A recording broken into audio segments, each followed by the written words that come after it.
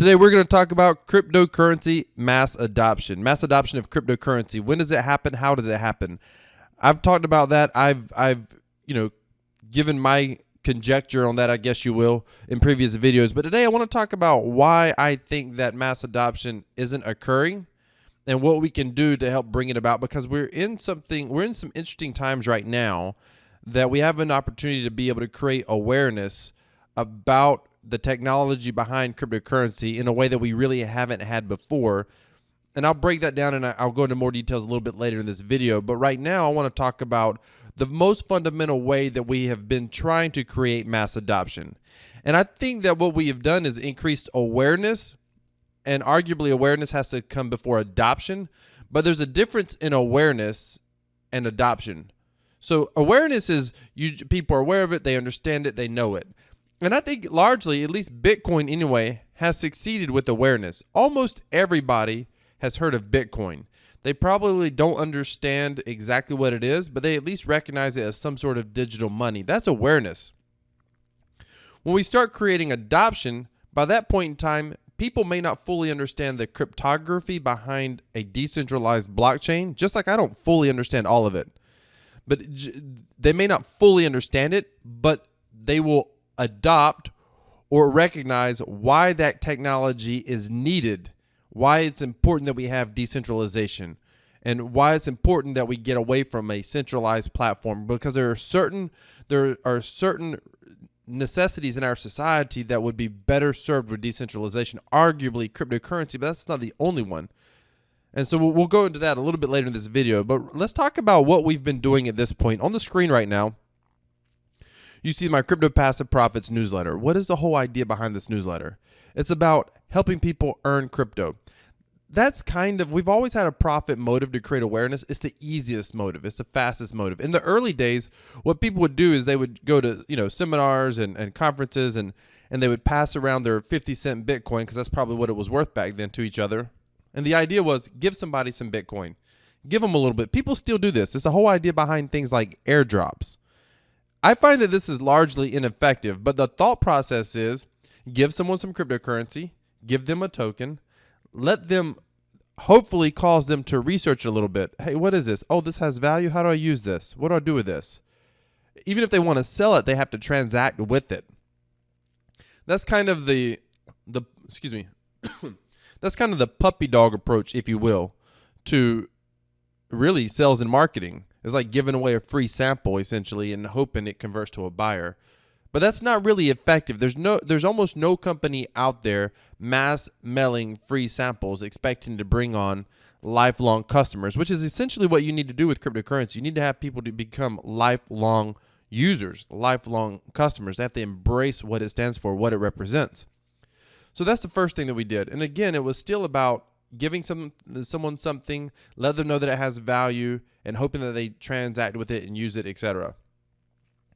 The other method, which is even less effective that we've done, is really just teaching, like trying to create awareness through teaching, trying to beat it into people's head. Decentralization is needed. Understand what a blockchain is. No, it's not easily hackable. No, it's not. Bitcoin's never really been hacked in modern times since it's become so widespread. The network has anyway. Ethereum hasn't been hacked in modern times. And trying to be able to teach people the security of a blockchain, why it's important, why it's different than their internet that can easily get hacked, for example. And trying to really teach people this stuff. And you get into the nuts and bolts and you lose people. And that doesn't seem to work either. So we've tried to give away cryptocurrency. We've tried to give knowledge. And I guess you could say we can put this into three categories. One is just trying to give knowledge. And there's all these, no one actually cares about the knowledge behind Bitcoin. No one binge watches, this channel or Andreas Antonopoulos or any other crypto channel in the goal of creating knowledge until they are already strongly interested, which I would argue that's once they actually see some value in cryptocurrency. And so that's the second method. That's when you try to give it away, right? You try to give it away. The part of the second method as well is a kind of a capital approach. So the first one is really a knowledge approach. The second one is capital approach. What's in it for me? How much money you can make? There's a way to make money with this. And that creates a strong financial incentive. And that's been largely effective at creating awareness, but not adoption. So if you go on YouTube right now and you just look around, there's a million videos about how to trade on YouTube, what to invest in, how to invest in it. And it's because people are just looking for a way to be able to make money with it. They don't necessarily care about the technology. They're just trying to speculate on it, which is a long ways from when Bitcoin was 50 cents and less, when almost nobody knew what it was. So we've created awareness successfully. The last the last bull market did that successfully. That's awareness. But just because you have mass awareness, it's a long ways from mass adoption, embracing the technology. And I have some ideas that I think can help with that, and I think that now's the time to do it. And I've actually already done it, and I'm going to share that with you. But I too, by the way, I'll get to that in a minute, but just to say, I too have done the same thing as far as, try to create awareness through helping people earn. I mean, the Crypto Passive Profits newsletter, you can subscribe to it down below. You're going to see this page. I mean, this whole newsletter right here, free crypto passive income newsletter, 5 streams of crypto income. Who doesn't want to earn more income? Who doesn't want to earn passive income? And I would argue that cryptocurrency gives us some ways to do that at this point in time, that there's no other vehicle or mechanism that allows us to do that, right?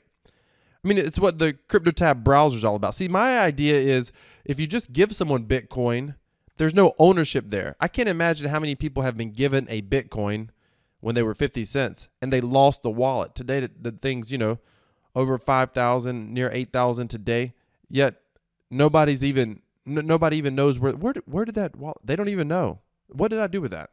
I went to some, geek conference. Some guy gave me a Bitcoin. I don't even know what I did with it. I mean, I can only imagine the amount of Bitcoins that have been lost because they were given to people.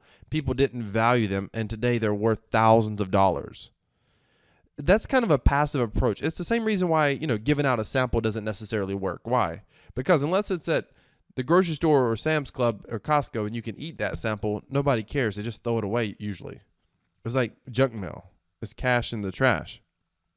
So I would argue that that's the problem with just giving away, cryptocurrency. That's the problem with airdrops. I mean, many of us have wallets with airdrop tokens that we have no idea if there's a value to them or not. We just try to ignore them. We don't even like them. So giving it away hasn't worked the most effectively. But I think that when you allow someone to earn cryptocurrency, they create ownership. And so that was the whole idea behind the newsletter. And it still works. It grows every day. I get between 5 to 15 new double opt-in subscribers every single day. It's doing awesome. And, we've got a live community of about, 17 people over there right now that we just, talk with and chat with. And it's great. And it's about learning to earn together. And when you do that, people are taking ownership. That's a far better approach when they take ownership. I mean, things like the Cryptotab Browser, which I'm using right here, right? So the Cryptotab Browser, I mean, literally, I make, without referrals, without a mining network, I earn between $3 to $7, depending on the price of Bitcoin, in a given month. Totally passive. And when someone's earning that, I've got buddies that I've introduced to the Cryptotab Browser that they're not even using Bitcoin at all. And then I'm like, hey, do you still use that browser? And they're like, yeah, I'm using it right now. It's on my computer. I'm like, awesome. How much have you earned with it? I don't really know. How do I find out? And I'm like, oh, click that button. And bam, they got like $15 worth of Bitcoin after several months. And it's like, what? How did I get that? And all of a sudden there's like ownership there. Wait, I've done that? What do I do with that?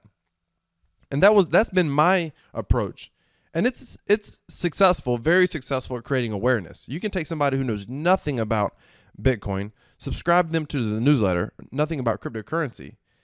All of a sudden, they're taking ownership of using these streams of income. That's a little bit better than it just being given to them. It takes some action on their part. So there's a little bit of ownership there. And that's awesome, but it's still not the best way. So we've talked about the knowledge approach, right? Creating content, like this YouTube channel, creating educational content. And you can find that all over the place on the internet. That helps create some awareness, but it's not been effective at adoption. The profit approach, trying to teach people, show people how to trade cryptocurrency, which doesn't work really well for most people. Over 95% of people lose money at it, right? So, but that still is a profit approach, buying and holding, hoping it goes up. They don't understand why it should go up, but hey, it's been up before, maybe it'll go up again. It's been going up recently, maybe go up again. That's the profit approach, teaching them how to earn, free cryptocurrency. And I go a step further. I mean, if they stick around in my newsletter, I teach them how to start creating a business, how to start creating. If you can teach someone to actually create a business in cryptocurrency, that's as good as awareness and adoption. But lately, with everything that's been going on in the world today, where censorship is at its highest, I have stumbled across something that is extraordinary that I think is going to, for the first time, allow certain segments of our population, large portions of our population, probably far larger than the current cryptocurrency market. And when I say market, I don't mean as a market cap. I mean as a niche of people who are owning it, using it, transacting with it every single day. And what I'm talking about is really a lot of the alternative health type or alternative mindset type people that exist right now. There's a great debate right now about how to handle this pandemic, what's going on, what we should be doing, what we shouldn't be doing. And there's a lot of misinformation.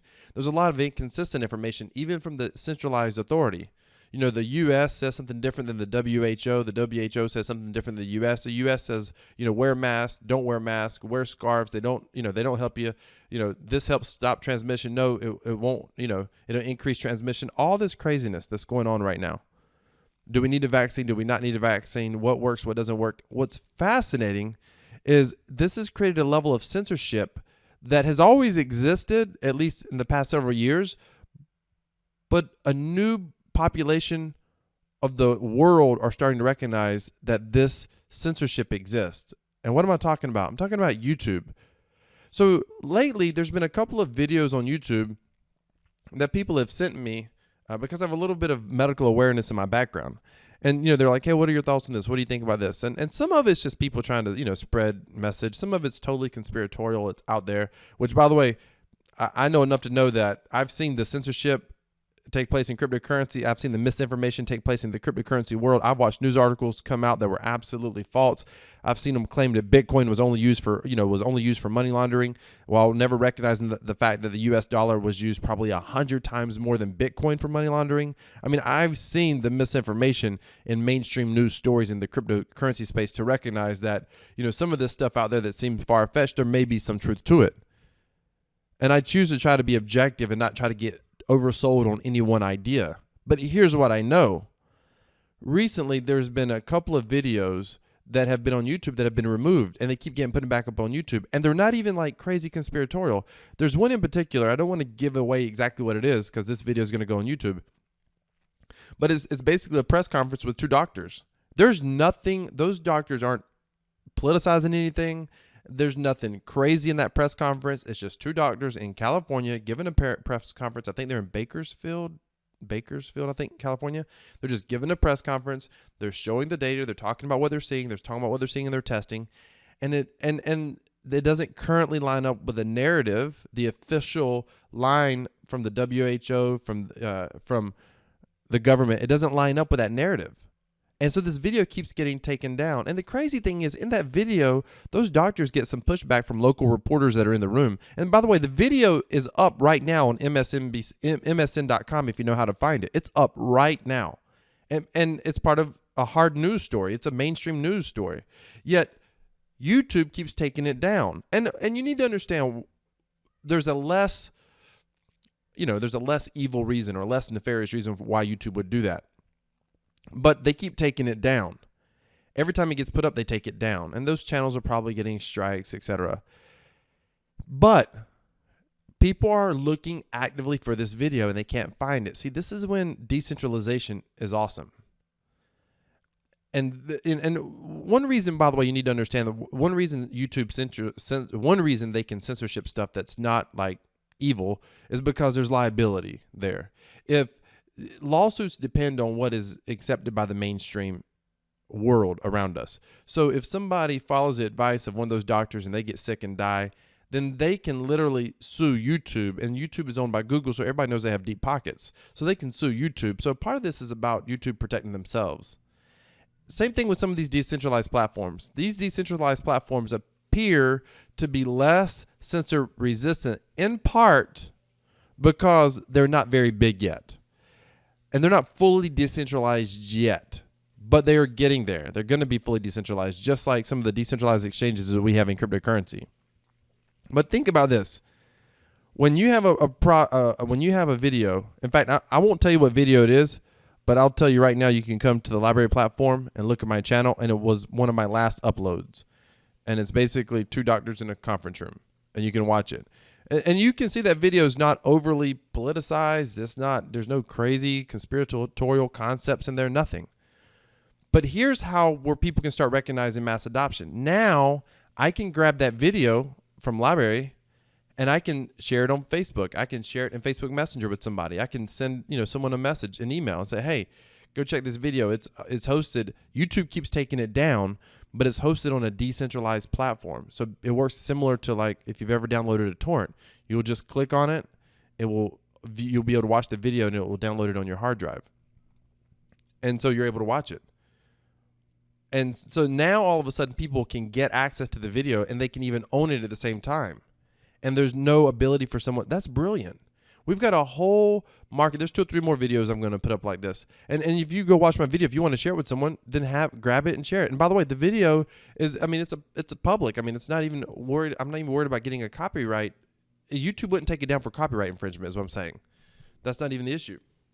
But it's up there now. It's on LBRY now, and it's going to stay there for the foreseeable future. And it's going to be easy for people to use it. And it can't be taken down. It can't be totally restricted. Yeah, the LBRY website can go down in theory, but it's not going to happen today. It's too small of a platform. But we're going to get to a place where anyone can host essentially the front end of a website, and it's not a big deal. In fact, you can still download it right now. When you download it, you're able to access the video and the content straight from your desktop. You don't even have to be on the actual LBRY.tv website. I'll put a link in the description. You can check out the LBRY platform. It's a great place to host. There's a couple more videos, like I said, I'm going to put up myself.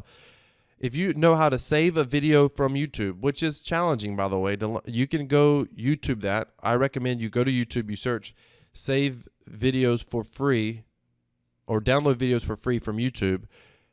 You will see, and then sort it by the past 30 days. You will see some options. Now, here's the key. You do not have to download any software. You do not have to buy any software. Just know that ahead of time. So anything that tells you to buy software or download software, you don't have to do. You got to do some research. Don't ask me how to do it. You'll have to figure it out. But once you get it downloaded on your computer, you can upload it to the LBRY platform, and then you can share links. You'll get a link, and you can share that link with anyone. If you don't have an account on LBRY, I recommend that you set it up. Here's what's cool. When you set up a link on LBRY, you'll earn these LBRY tokens. These tokens have a real world value. Right now it's about 2.5 cents. They've been down to 1 cent, but they have a real world value that you can, go to exchanges and whatnot, and you can sell those tokens if you want to. And if you don't want to sell them, just hold on to them. The most important part isn't even the token in this case. You see, this is where mass adoption happens. All of a sudden you have people that don't care as much about the token. They care more about finding a way to be able to get a video up in a shareable format where it can't be taken down by a third party, by a centralized entity like YouTube. That's extraordinary. See, now all of a sudden people value the technology. When people start having a reason to value the technology over the value of the token, that's when real mass adoption happens. And then the token value or the coin value or the crypto value goes up independently. Ladies and gentlemen, we are on the cusp of extraordinary times right now. This is incredible. I was thinking about this last night, and I was like, wow, because this video kept getting taken down. Someone sent it to me. I watched it, and I was like, that's a very interesting video. That's fascinating. And a lot of what these guys seem to make a lot of sense. Now, we as individuals have to people are still in a place where they want the government to give them the answers. The government has to help me. The government has to bail me out. The government has to give me a stimulus check. The government has to protect us. The government has to put us on lockdown. The government has to enforce the lockdown because people are idiots. No, you're trying to take people's rights away. Stay in your house. You'll stay safe. That's what I've done. I'm fortunate enough to be able to do that. I work from home. I don't have to go anywhere. So that's what I've done. I'm not trying to make light of the illness. I'm just saying as individuals, we're responsible for our own decisions and our own actions. But right now, people are still in a place where they want a centralized authority, but we have a rare opportunity. There are a lot of people right now that are realizing, wow, these centralized platforms are censoring content that's not even, this isn't hate speech. This isn't like, showing nudity or anything graphic. This isn't, it's really not even in a gray zone. When you watch this video of these doctors, those doctors did not think they were doing anything provocative. They worked really hard in that press conference not to create news headlines. Those reporters were definitely trying to grill them. Those reporters were definitely trying to create a news moment. And those doctors did create news, but they were working hard not to. And it was not intended to be provocative in any way. Yet YouTube keeps taking it down.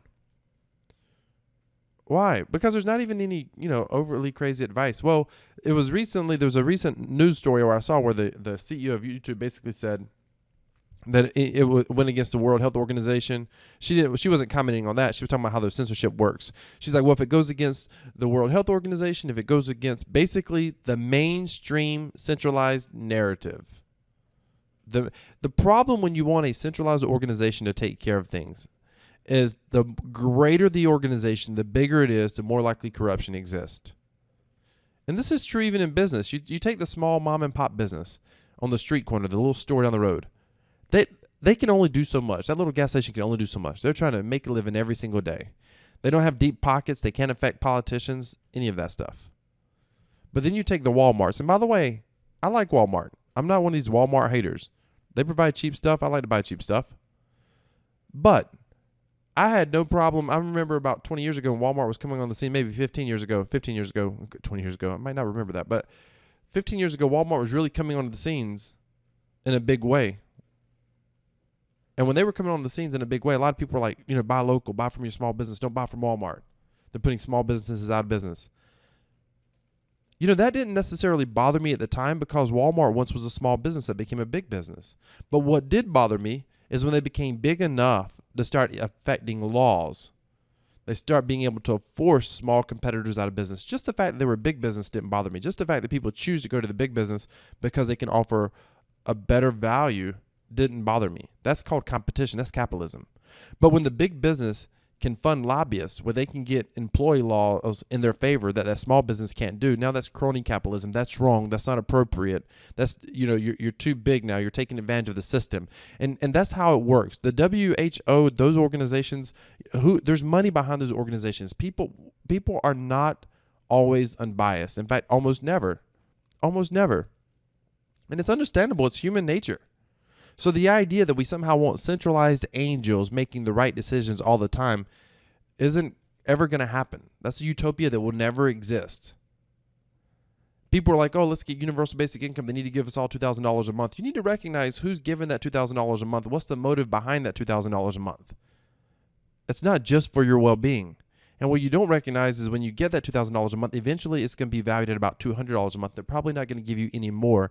And by that point, you're already going to be out of work because you're already going to have there's going to be so few jobs because of technological advances. You're going to wish that you'd have found something else and made a different lateral career move.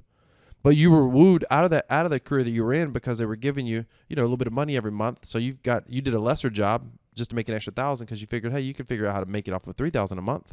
Between you and your wife, that's $6,000 a month. You've got to watch centralized authority, but we're not at a place yet where people fully understand that.